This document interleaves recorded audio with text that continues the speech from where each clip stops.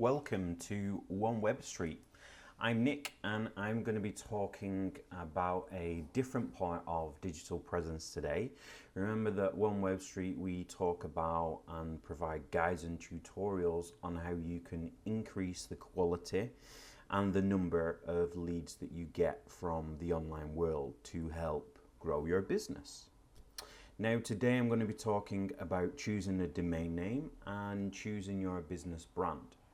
You might be in position at the moment where you've had your business for a few years, or you've been working in your business for a few years, or you could be at that point where you're wanting to start a new brand for your business, going in a different direction, or there's also the potential that you might just be starting out. Whatever point you're at, I'm going to talk through what the best thought process is for choosing a domain name for your business. Now, if you look at other videos that we've done on YouTube and also on the website that we've spoken about different things, then both myself and Nathan, we talk about your website, which essentially is your domain name. Your website is built on your domain name. Then that's one of the most important things of your business's online presence. So let's get into it and let's go through the different points that I've chosen to highlight. So there's kind of a 2 or 3 or 4 step process to go through when you're choosing a domain name for your business. And by domain name, I mean like google.com, onewebstreet.com, bbc.com, anything like that, .com, .co.uk or whatever, area.ca, .com.au, wherever you are in the world. If you're not choosing a .com, then choosing a TLD, which is a top level domain for your country, i.e. .co.uk. And then essentially there's 3 kind of types of names that you could choose. So if you're in the UK and you've decided, right, well, I'm going to have a .com instead of a .co.uk just because they're potentially available. Then let's say that you are Grant Michaels and you have a plumbing company, okay? You go out to people's places, but you want people to go and read your story, read about past clients, and also get a good understanding for what types of plumbing jobs that you do. Essentially, that's going to be very similar in any niche, okay? Whatever niche you are, whether you're a consultant, a PT, it doesn't really matter. It matters on making these 3 definitive choices to enable someone to understand and quickly brand your domain name so that it belongs to your company. So there's such things as here, there's a name domain, so it might be grantmichaels.com. You could have a brand with the niche, so it could be Grant Plumbing or Grant's Plumbing, or it could be an unbranded location-based keyword in the domain name, which such as like Plumbing London, if that's the area you were targeting. Now, if you're fully online, so you're not going to people's places, nor are you having people come to your place, for example, like a training studio, like a personal trainer would have, then, or if you're a plumber going to people's places or a consultant, etc., then there's a potential that you might not want a location-based name in your domain name. Reason for that is that you will get more scope, more ability for people to click on your result in Google search or on Facebook or any other social media channel, for example, if they're outside. So a few videos ago I spoke about your business website being the online hub and potentially doing business with or communicating with a potential client or customer that might be 2,000 or 3,000 miles away. Now, if you've got this Plumbing London, then you're not going to be you are going to be able to do that. However, there's going to have to be certain factors for that connection to be made.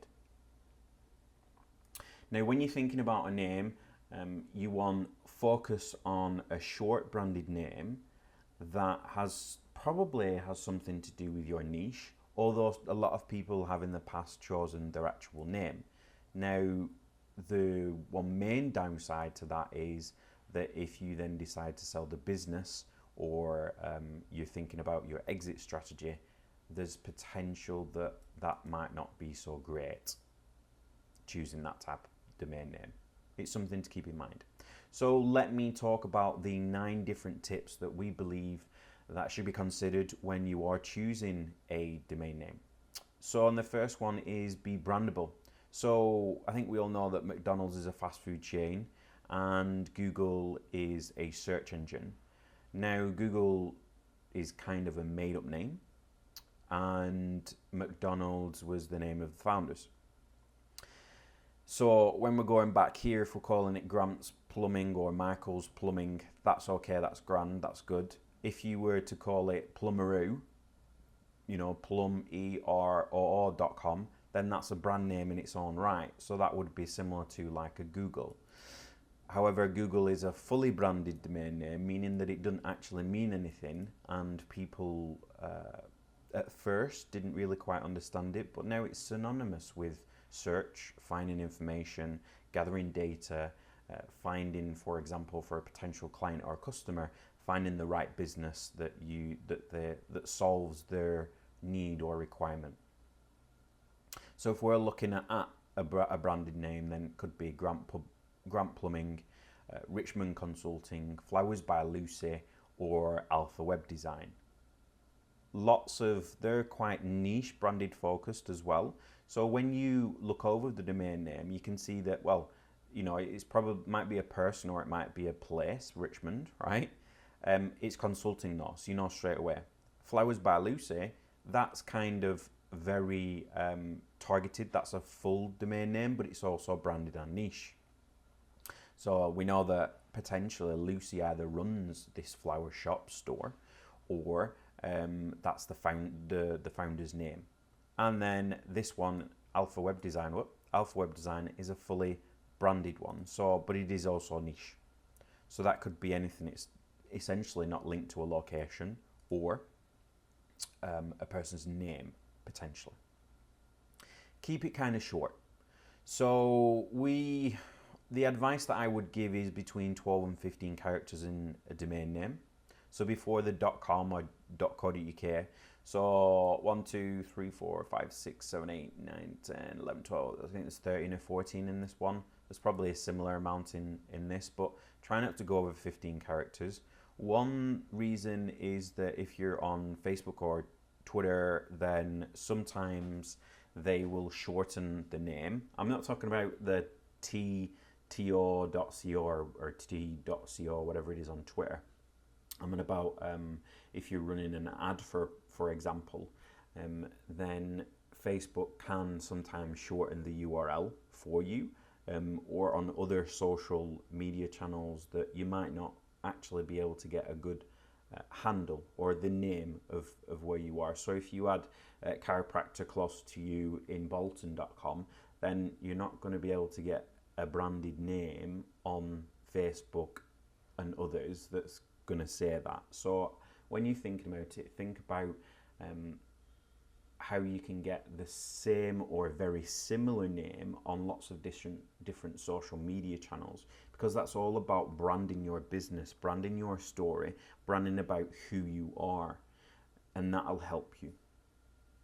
Avoid numbers and hyphens. So a hyphen would be this is a dash, but it's a shortened version, so it might be 1-webstreet-whatever.com. A lot of people get a little bit confused when using hyphens, dashes, whatever you want to call them. They are hyphens, but yeah. And sometimes there's a potential that if you use the hyphen and one of your competitors has got a similar domain name, then if they're searching on Google or Bing, then there's a potential that a searcher could choose your competitor. So be very aware of that. Numbers, you know, yes, we in One Web Street, we have a number. We also have different domains that redirect to this domain.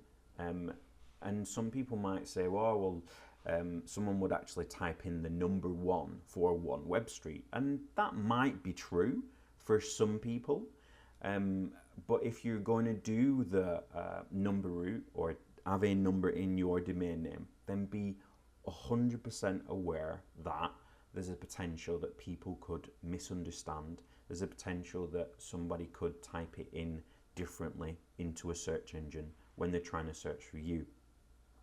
Now, you know, it could be then you get to the point where a competitor could potentially buy a similar domain name and then rank behind you in Google search or Bing search.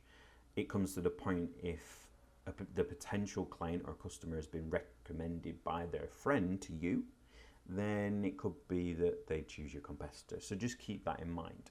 TLD, which is top level domain name, you should choose the right extension.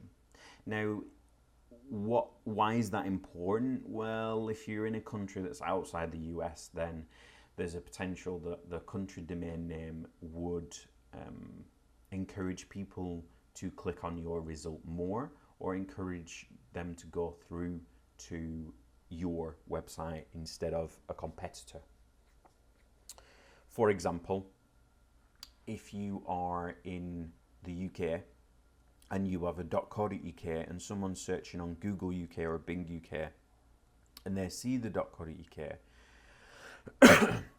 there are some aspects or some instances where people would click on that .co.uk domain name instead of the .com.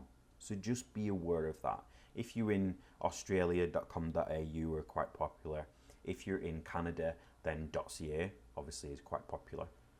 And then there's newer ones such as .uk in United Kingdom, or there's .eu, there's .de for Germany. There's lots of different variations.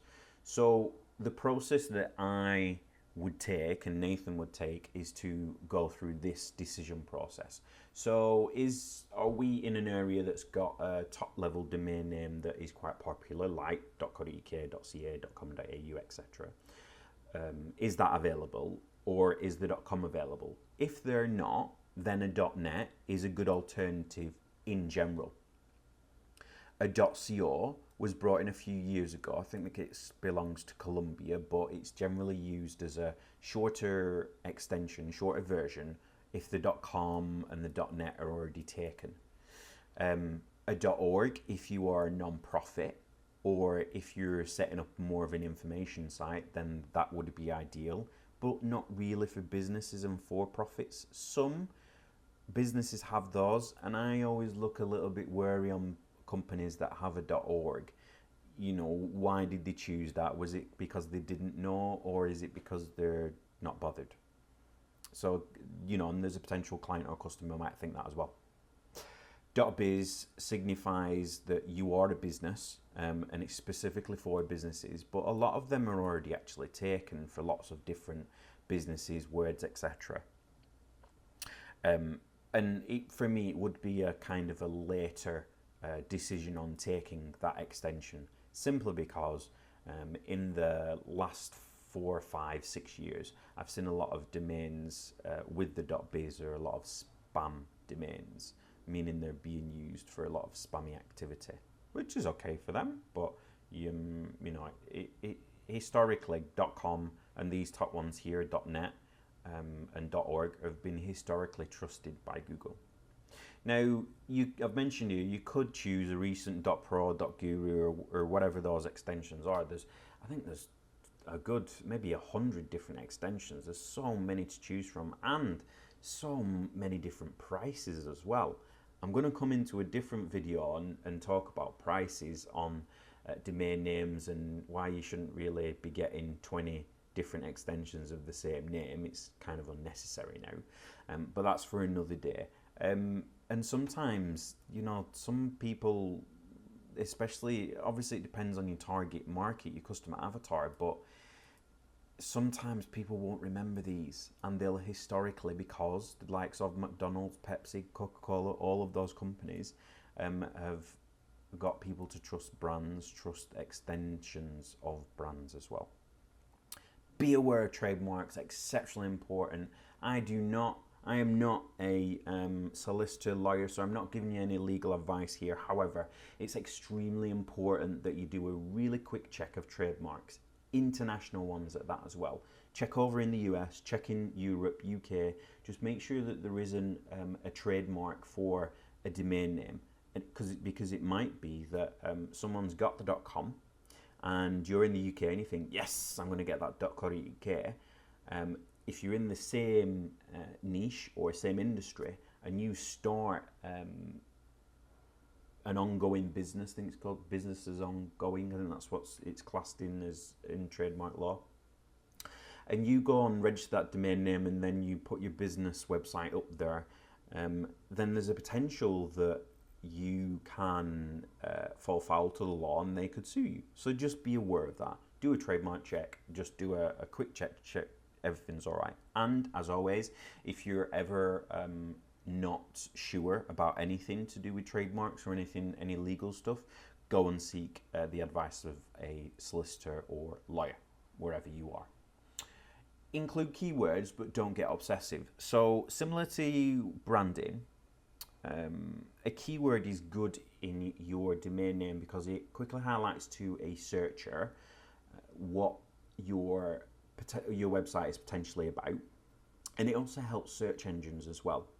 So for example, if the Google bot is crawling and your domain name is Hypnotherapy Tennessee, then that clearly means to both a robot that's searching and a person that there's a potential that you're based in Tennessee and your business is hypnotherapy. That's very, very helpful.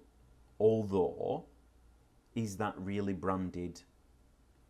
Is it not? That's clearly one aspect that you should look at and be aware. Now, one that's really quite long, let's say that Bob was running that hypnotherapy studio in Tennessee and he chose Bob's Hypnotherapy Tennessee. That's a bit of a mouthful. It would definitely help him with ranking in Google and Bing because of the rich location and keyword in the domain name. That does help, but there could get some confusion, like is Bob shy at first? You know, there's different ways that you can see through this, and it is a lot longer than 15 characters, so that's to be aware of that. And then also, because of the confusion, you might then have to put hyphens in the middle, and that then goes against the previous guidance of not having hyphens or numbers. Now, have a think about what I said there. You'd need to understand that, someone would type in something differently, possibly. So it's worth thinking about what a potential client or customer would be typing into Google or Bing or whatever search engine that they're using. Domain privacy. This is really important. There's a lot of domain registrars, and they're the companies where you would buy a domain name from.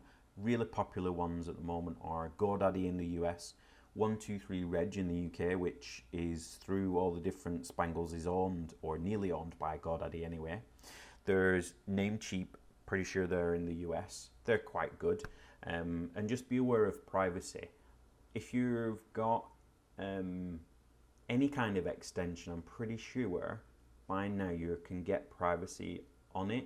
So basically what that means is that instead of your address, whether it's your business or your personal address, it doesn't really matter. Instead of that, you can see here that for Ignite Online, that private who is info is over in Panama. And then and this is with Enom, which I'm pretty sure this address, who is Guard Protect, is with Namecheap. So that's who we've chosen to register this domain with. And then the email goes through to in legal@whoisguard.com. And that's important that you don't get spammed quite a lot. So sometimes if you go and register a domain name, I remember last year when I registered a domain name over at GoDaddy, I didn't choose the domain privacy, simply because it was like $10 or $15, something silly. That is a little bit too much from my point of view to get a privacy protection on your domain name. And I think within 3 days of registering, I got 20 or 30 soliciting emails to say whether I wanted my website built or ranked in Google, etc. Now that's not good at default to a point. That can happen with any registrar, but I've always seen that I've got quite a lot of spam emails if I've used my right email, and that's, you should, because you need to update your correct records. These are a yearly fee as your domain name, and you don't need to stick with one provider, and they do the price of domain privacy, it varies from $0 to $30, from $0 to £20. It depends what extension, whether you got .com, .net, .co.uk, whatever it is, and how they choose to charge you for the actual privacy services. The good thing, and the reason why you should choose it, is because it hides your own address, whether that's your business or your residential address, your phone number, so you don't get unsolicited phone calls, but you're a business, so you're going to get them anyway. But then the email. A main part on the email is that, especially if you use a free provider like Gmail or Hotmail, etc., then if this information is public, anybody can search this, and bots and black hatters can go and scrape that. To be fair, anybody can scrape it, but black hatters might choose then to go and hack your Gmail account or Hotmail account. If they do, there's a potential that they can take over your domain name. So that's another reason to have the email protected or given out that it's someone else. Okay, so it's a company that you're paying a yearly charge to. Number 8, don't pay too much for a domain name. I've seen some silly prices that some companies, domain registrars, charge. I mean, it's like $100 or something silly. For some extensions, some newer extensions, that potentially is the price. I'm talking about the general ones, so .net, .org, .co, although sometimes .co is quite pricey, .com, .co.uk, .eu, those types of ones. You should be paying about between $10 and $20. So don't pay more than $20, £20. Previously, I've said here, $6 to $10 maximum on top. And if you are paying more than that, it's not hard to change, to move to a different registrar. Lots of registrars now just want to confirm that you own the domain, that you have the legal capacity to transfer the domain as well. We recommend Namecheap because their interface is quite good, their support is quite good, and their pricing is reasonable. It's not too low, but it's not too high. And the other thing when you're choosing a domain name, if you're choosing the first one, you might find that all of them are gone. So for example, if you are a consultant in London, for example, there could be a consultant of the same name that's located in New York, and they've chosen the .com. Now, would they necessarily choose the .co.uk? They probably wouldn't. But they might already have secured that if they're an international company, or they expect in the future to expand overseas. So Namecheap is the best one to search on. If you're in the UK, 123reg has a really good search environment that I always tend to search on 123reg and then go and register on Namecheap. At Namecheap, I'd prefer 123reg's search console when you're just looking for a domain name, looking to see what extensions are available. And our best advice is then to choose around 5 different names that you potentially would choose or would be happy with, and then choose an extension that you're happy with and just do a quick search. Take an hour or two to the side, do quick searches to see what it is, then let it settle with you. Go and grab a coffee, take a walk outside, and then come back and make your choice. Because like any decision in life and in business, you're going to be with this domain name for potentially the rest of your business's life. So it's important to choose well and to choose the right domain name. Does that statement mean that you can't change it in the future? No, it does not. You can obviously change your domain name in the future. You can then put some very simple technical ability to move from, let's say if you were Bob's Plumbing, or if you were grantmichaels.com and then you change to grantsplumbing.com in 2 years' time, you can redirect anyone that visits grantmichaels.com to grantsplumbing.com, and that's a simple process. It is a little bit technical, but it is quite simple to do. Now, if you are looking to choose domain name, I've already said that we recommend Namecheap as the main provider. There's also GoDaddy is an absolutely massive domain provider. They've been at it for years. You can go and have a look at Nathan talking through them. 123reg, it's based in the UK. It's a UK company. It's part of Host Europe Group, which I'm pretty sure is either, by the time you listen to this video, it's either being taken over or has been taken over by GoDaddy. internetbs.net is over in, I think it's Panama way, or it's a South American kind of country. I use them quite a bit, and they've got free privacy, and their pricing is quite good as well, that you can pay in lots of different currencies. That's one major thing with Namecheap. You can only pay in US dollars, I think, at the moment. So if you're based in Europe or you're not using USD as your main currency, a different company might be better to choose. And that's really it. If you have any more questions or you've got any concerns about a domain name, then don't forget to go over to onewebstreet.com, click on the contact button that's at the top just here, and get in touch with us. There's plenty more videos like this one on our YouTube channel, so subscribe to that if you would like to watch the latest ones that are coming out. And don't forget that you can always change your domain name, but it's important to take the time and the energy to think about how you want your business and your brand represented in the online world to potential clients and customers.